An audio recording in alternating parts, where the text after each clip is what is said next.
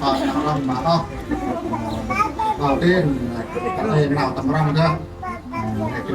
thực hiện chân hết lòng không là ăn đập ban mô là tâm thạc lái sưu cướp ri âm na mà băng cướp chi bữa cướp tâm trọc à cha uinh cướp ba ba cướp ơi trong thì sau đây vào rong phải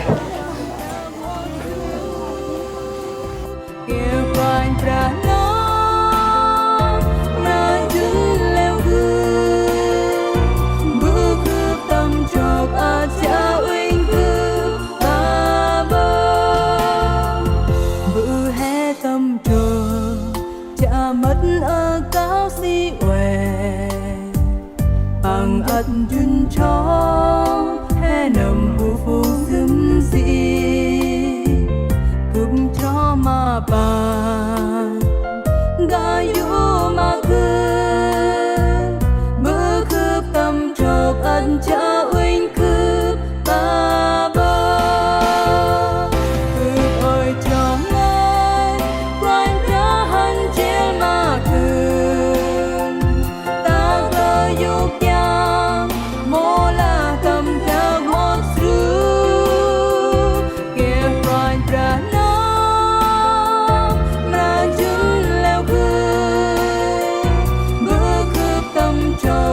cha uinh cướp ba ba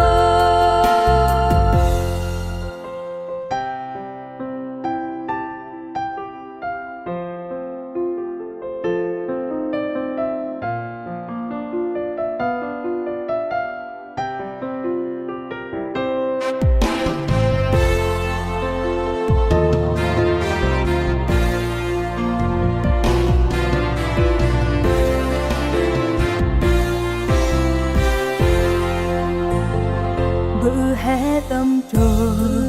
cha mất ở cao si uể bằng ân duyên cho hè nằm phù phù xứng dị cướp cho mà bà gayu mà cướp bữa cướp tâm trọc à cha uinh cướp ba ba cướp ôi cho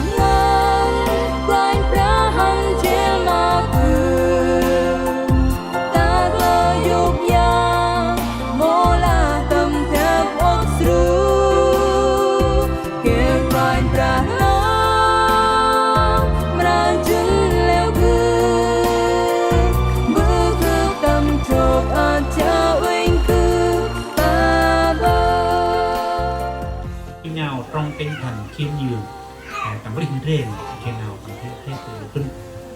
mình nắm ô dọc cho còn sống với nhau thì là kể 40 năm thì trong 40 năm này tụi mình cũng không phải là ngày nào cũng được vui vẻ chứ bọn không có ngày nào được bình an, có lúc một ngày đó còn phải hai bốn tiếng một tiếng là biết bao nhiêu cái năng lượng sẽ ra các bạn hãy quay trong tâm sẽ ta ra là mà thương 19 câu 6 hãy quay trong episode câu 5 rồi ra trên bên ngoài hãy kính sợ Đức Christ mà vững phục nhau buộc anh tây là sống với nhau trong tinh thần khiêm nhường, sống với nhau trong tinh thần khiêm nhường biết hay của nó tầm linh riêng bằng kẻ nào tầm tiền hết tự được phân nhưng mà có tuyệt vời người khiêm nhường là người tinh thần phục vụ sẵn sàng nhận lỗi này tha thứ và nâng cao giá trị của người khác hẹp quan ơi hay hàm rạ ngoài na bốn nhà bằng nào bị rình lên thì nào tiêu hết không phải là dễ đâu nói là dễ quý vị ạ khi nào mà thực hiện rất khó lắm nhất á nam này là phải phục vụ chồng thì phục vụ u rồi để u ra phục vụ chồng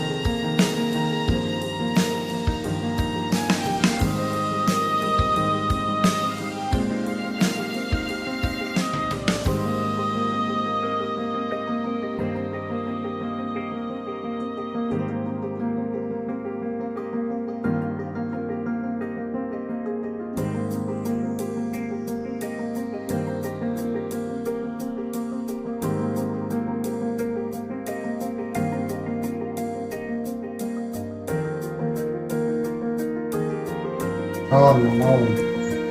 chỉ đi ngon ăn chẳng chút bằng xa cơm hai ăn có ao ngon cho hạt nào hạt ai đang mà mắt nó ngay mẹ ra rồi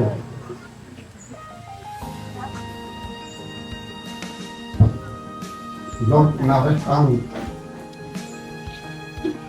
thực ăn chiếm tay con nam trên thực là ai con một lần ăn răng đu đang nâu chim bên kia từ lạc ai hoặc răng đu đang cùng đoàn ra ăn ăn từ gần nâu lập trời thiệt xài mà o từ tiền thu ra đây này một tiền chi ở đó ở kia từ gần rạng nâu kèm cao một cả rong đi đá lẹ nào nè chim đoàn ra ăn chim tinh phản nâu mà ọp nè từ gần từ tất cả baoเห็นอาคแรกเป็นคนอาคแรกเห็นปากในการว่าเศร้าเห็นน้องเอาคนนับเห็นคือการทุกการคือรับจับดองjadi kita mau orang tak lo itu dari berapa ini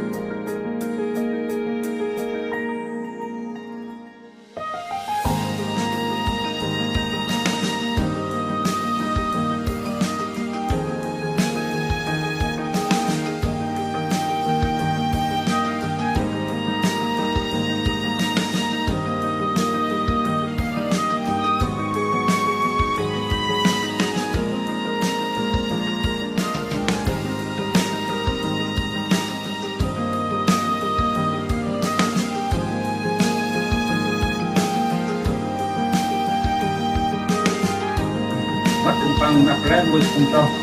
trong có mà tên a từ mặt a tập quay cả như sẽ tờ vậy amen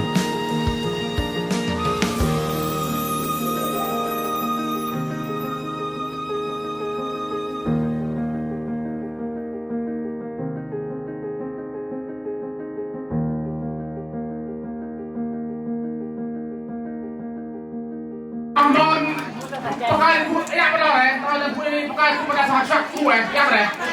Hah, kau nak mana? Bui pakai lah, pakai apa? Sak mat saja. Yang mana? Berapa dosa kau? Berapa yang mana? Di sana berani dalam nanti lah. Ada anak kau nak mana? Sak mat saja. Sak mat. buat mak lah kalau thương này bắt cua rồi nào bắt cua nào